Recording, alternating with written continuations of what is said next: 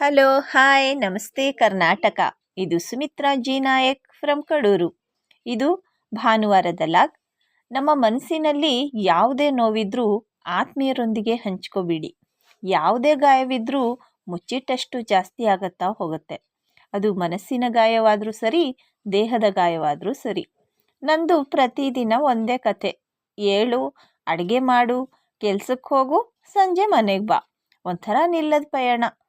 Mostly ಅಡಿಕೆ ಕೊಯ್ಲು ಮುಗಿದ ಮೇಲೆ ನನ್ನ ಈ ಪ್ರಯಾಣಕ್ಕೆ ಫುಲ್ ಸ್ಟಾಪು ಅನಿಸುತ್ತೆ. ಬೋರ್ ಆಗ್ತಾ ಇದೆಯಾ? ಖಂಡಿತ ಡಿಸಪಾಯಿಂಟ್ ಮಾಡಲ್ಲ. ಯಾಕಂದರೆ ಇವತ್ತು ಭಾನುವಾರ, ಸಂಡೇ ಸ್ಪೆಷಲ್ ಇರಲೇಬೇಕಲ್ಲ.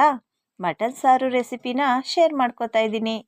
ಮೊದಲು ಮಟನ್ನ 4-5 ಬಾರಿ ವಾಶ್ ಮಾಡ್ಕೋಬೇಕು.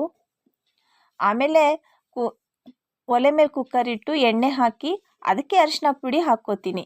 ಆಮೇಲೆ ಮಟನ್ನು ಮತ್ತು ಉಪ್ಪು ಹಾಕಿ 10 ನಿಮಿಷದ ನಂತರ ಖಾರದ ಪುಡಿ ಹಾಕಿ ವಿಷಲ್ ಕೂಗಿಸ್ಕೊತೀನಿ. ಎಷ್ಟು ವಿಷಲ್ ಅಂದರೆ ಡಿಪೆಂಡ್ಸ್ ಅಪಾನ್ ಮಟನ್. ಆಮೇಲೆ ಈರುಳ್ಳಿ, ಬೆಳ್ಳುಳ್ಳಿ, ಶುಂಠಿ, ಚಕ್ಕೆ, ಲವಂಗ, ಕಾಯಿ ತುರಿ, ಕೊತ್ತಂಬರಿ ಸೊಪ್ಪು ಇದನ್ನೆಲ್ಲ ರುಬ್ಕೊಂಡು ಕುಕ್ಕರಿಗೆ ಹಾಕಿ ಒಂದು ಕುದಿಸಿದ್ರೆ ಮಟನ್ ಸಾರು ರೆಡಿ. ನೀವು ಹೇಗೆ ಮಾಡ್ತೀರಾ ಅಂತ ಕಮೆಂಟ್ ಮಾಡಿ. Thank you, bye.